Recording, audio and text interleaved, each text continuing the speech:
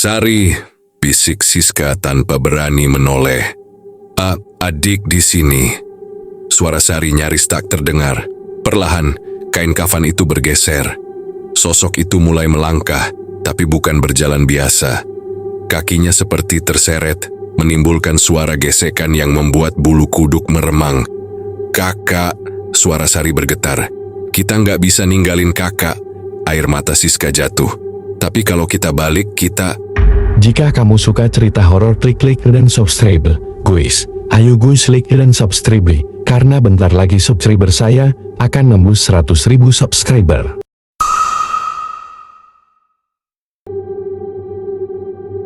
Langit sore di kaki Gunung Arwana perlahan berubah kelabu. Kakak, Siska, dan Sari baru saja memulai pendakian mereka. Angin berbisik aneh, membawa aroma lembab dan tanah basah yang menusuk hidung. Meski suasana terasa ganjil, semangat mereka tak luntur. "Kak, yakin jalurnya lewat sini?" tanya Siska. Matanya menyapu rimbunnya pepohonan yang seolah mengawasi. "Tenang aja, kakak udah cek peta pendakiannya. Kita nggak bakal tersesat," jawab kakak mantap. Meski sesekali dia melirik ke kiri dan kanan, merasa ada sesuatu yang mengikuti mereka. Langkah mereka makin dalam masuk ke hutan. Langit semakin gelap, dan suara burung-burung perlahan menghilang, digantikan oleh kesunyian yang mencengkam. "Dengar nggak?" bisik Sari tiba-tiba. Mereka terdiam. Ada suara, langkah kaki, seperti gesekan kain, mendekat perlahan. "Kak," suara Siska mulai bergetar. "Tenang, jangan panik," ujar kakak, berusaha menjaga ketenangan mereka. Namun langkah itu berhenti.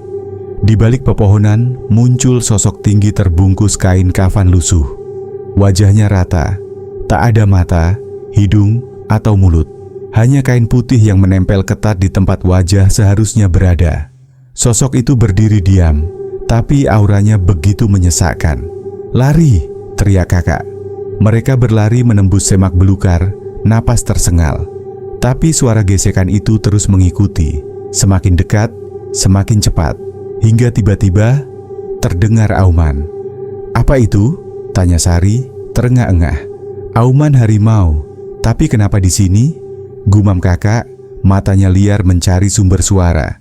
Dari balik pepohonan, sepasang mata kuning menyala. Seekor harimau besar dengan bulu hitam legam perlahan melangkah maju. Tapi bukan itu yang membuat mereka membeku. Mulut harimau itu berlumuran darah segar. "Kak, kita harus..." Suara Siska terpotong saat harimau itu melompat. "Lari, biar kakak yang tahan dia," teriak kakak, mendorong kedua adiknya. "Tapi, pergi," bentaknya. Dengan air mata menetes, Siska dan Sari berlari, meninggalkan kakak yang bersiap menghadapi binatang buas itu. Di belakang mereka, terdengar suara gemuruh perlawanan. Lalu jeritan panjang yang membuat bulu kuduk meremang. Siska berhenti. "Kita nggak bisa ninggalin kakak." Tapi Sari tak sempat melanjutkan kalimatnya. Di balik punggung Siska, sosok berwajah rata itu berdiri, lebih dekat dari sebelumnya. Bersambung ke part 2, bayangan di tengah kabut. Part 2, bayangan di tengah kabut. Siska membeku. Napasnya tercekat saat merasakan hawa dingin menjalar di tengkuk. Sosok berwajah rata itu berdiri hanya beberapa langkah di belakangnya. Tubuhnya terbungkus kain kafan kotor dan lembab, berbau tanah basah. Meski tak memiliki wajah, Siska bisa merasakan sorot tajam yang menusuk dari arah sosok itu. "Sari," bisik Siska tanpa berani menoleh. Adik di sini." Suara Sari nyaris tak terdengar. Perlahan, kain kafan itu bergeser. Sosok itu mulai melangkah, tapi bukan berjalan biasa. Kakinya seperti terseret, menimbulkan suara gesekan yang membuat bulu kuduk meremang. "Kakak," suara Sari bergetar. "Kita nggak bisa ninggalin kakak." Air mata Siska jatuh. "Tapi kalau kita balik, kita..." Auman itu terdengar lagi, lebih dekat, lebih mengancam. Dari balik pepohonan muncul bayangan hitam besar. Harimau itu dengan mata kuning menyala dan moncong berlumuran darah, berjalan perlahan ke arah mereka.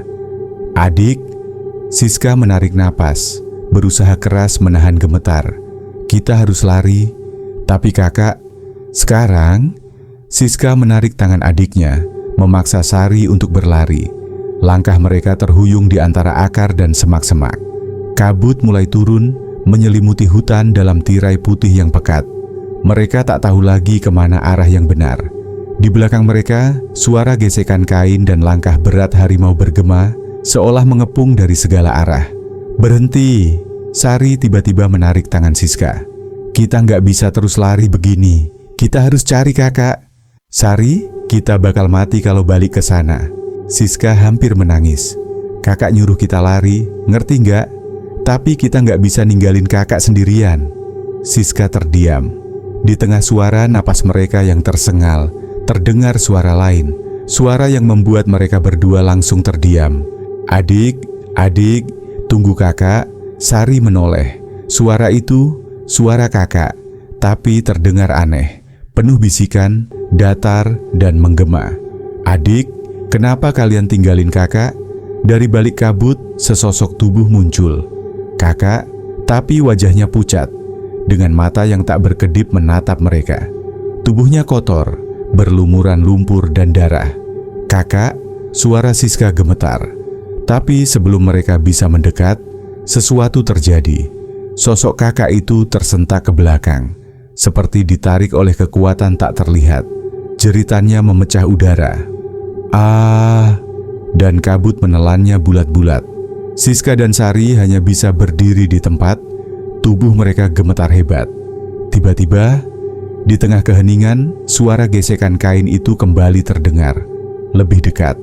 "Siska," Sari memegang lengan kakaknya erat. "Kita nggak sendiri di sini." Dan saat mereka berbalik, sosok pocong berwajah rata itu sudah berdiri tepat di depan mereka. Siska dan Sari membeku. Sosok pocong berwajah rata itu berdiri hanya sejengkal di depan mereka. Kain kafannya kotor dan basah, mengeluarkan bau anyir yang membuat mual. Meski tak punya mata, mereka bisa merasakan sorotan tajam dan kebencian dari wajah kosong itu. "Adik, jangan bergerak," bisik Siska pelan. Suaranya bergetar, tapi tiba-tiba pocong itu bergerak. Cepat, terlalu cepat. Dalam sekejap, ia sudah berada di sisi mereka. Sari menjerit. "Kak!" Siska menarik tangan adiknya dan berlari sekuat tenaga. Napas mereka terengah-engah, kaki mereka terluka tergores semak dan batu. Tapi mereka tak peduli. Di belakang mereka, suara gesekan kain itu terus mengikuti, makin cepat, makin dekat. Tiba-tiba Siska tersandung.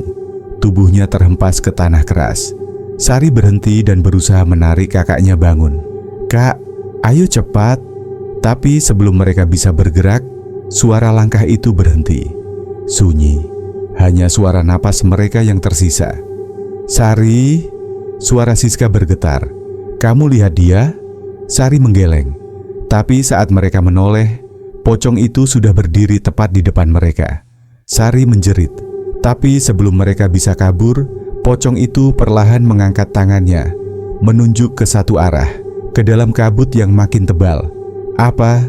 Dia nyuruh kita ke sana?" bisik Sari ketakutan. "Entahlah, tapi kita nggak punya pilihan," jawab Siska.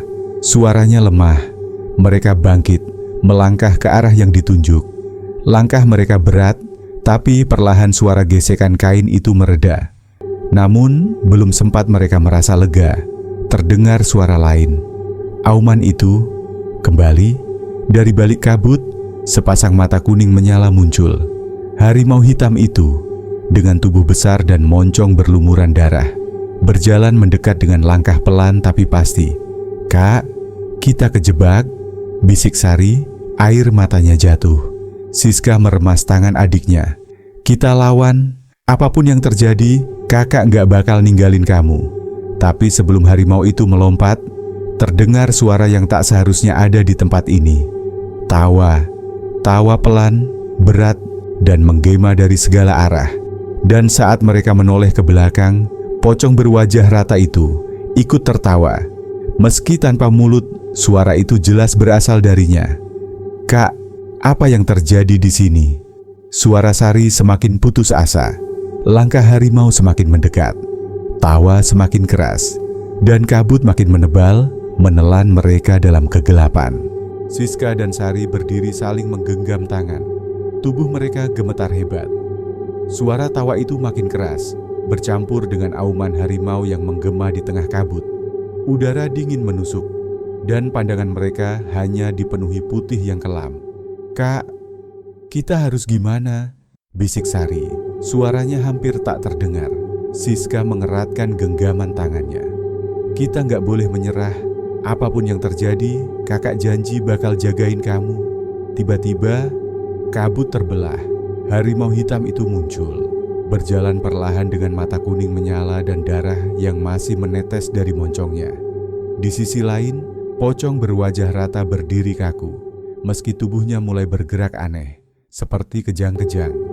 "Kita terjebak," bisik Sari, air matanya mengalir. "Kalau kita harus mati, kita mati bareng." Siska tersenyum kecil, meski matanya penuh ketakutan. Harimau itu menggeram, bersiap menerkam. Tapi sebelum ia melompat, sosok pocong itu bergerak, berlari ke arah mereka dengan kecepatan tak masuk akal. "Lari!" teriak Siska. Terlambat. Pocong itu tiba-tiba ada di depan mereka. Dalam sekejap, dunia menjadi gelap. Siska terbangun, kepalanya berdenyut, tubuhnya terasa berat. Ia mencoba membuka mata, tapi pandangannya buram. Di sebelahnya, Sari terbaring tak bergerak. "Adik, bangun!" bisiknya sambil mengguncang tubuh adiknya. Tapi Sari tak merespons. Terdengar suara langkah pelan mendekat. Siska menoleh dan hatinya mencelos. Kakak, tapi itu bukan kakak yang ia kenal. Wajah kakak penuh luka dan tanah, matanya kosong, tubuhnya gemetar seperti tak punya kendali. Kakak, tiba-tiba kakak tersenyum, tapi senyumnya aneh, penuh kesedihan dan keputusasaan. "Kalian harus pergi," suara kakak lirih, hampir seperti bisikan. "Tapi kita nggak bisa ninggalin kakak." Siska menangis. "Pergi." Langkah kakak terhenti. Dari belakangnya, harimau hitam itu muncul. Mata kuningnya menatap tajam, dan dengan satu lompatan, tubuh kakak terhempas ke tanah. "Kakak!" jerit Siska. Darah menggenang. Harimau itu mencabik tubuh kakak tanpa ampun. Siska hanya bisa menatap. Tubuhnya terlalu lemah untuk bergerak. Tiba-tiba, semua menjadi sunyi. Harimau itu pergi, dan di tempat kakak terbaring hanya tersisa kerangka yang bersih, tanpa sepotong daging pun tersisa. Di sebelah kerangka itu, ada secari kertas. Dengan tangan gemetar, Siska meraih kertas itu. Tulisannya goyah, seperti ditulis dengan sisa-sisa kekuatan terakhir. "Semoga kalian berdua tenang di sana." Air mata Siska jatuh. Tapi sebelum ia sempat bereaksi lebih jauh, kabut kembali turun. Suara gesekan kain kembali terdengar. Dan dari balik kabut, sosok berwajah rata itu muncul. Untuk terakhir kalinya, pendaki yang menemukan Gunung Arwana hanya menemukan kerangka dan secarik surat. Tubuh Siska dan Sari tak pernah ditemukan. Hingga kini, beberapa pendaki mengaku masih mendengar suara tawa dan bisikan pilu di tengah kabut.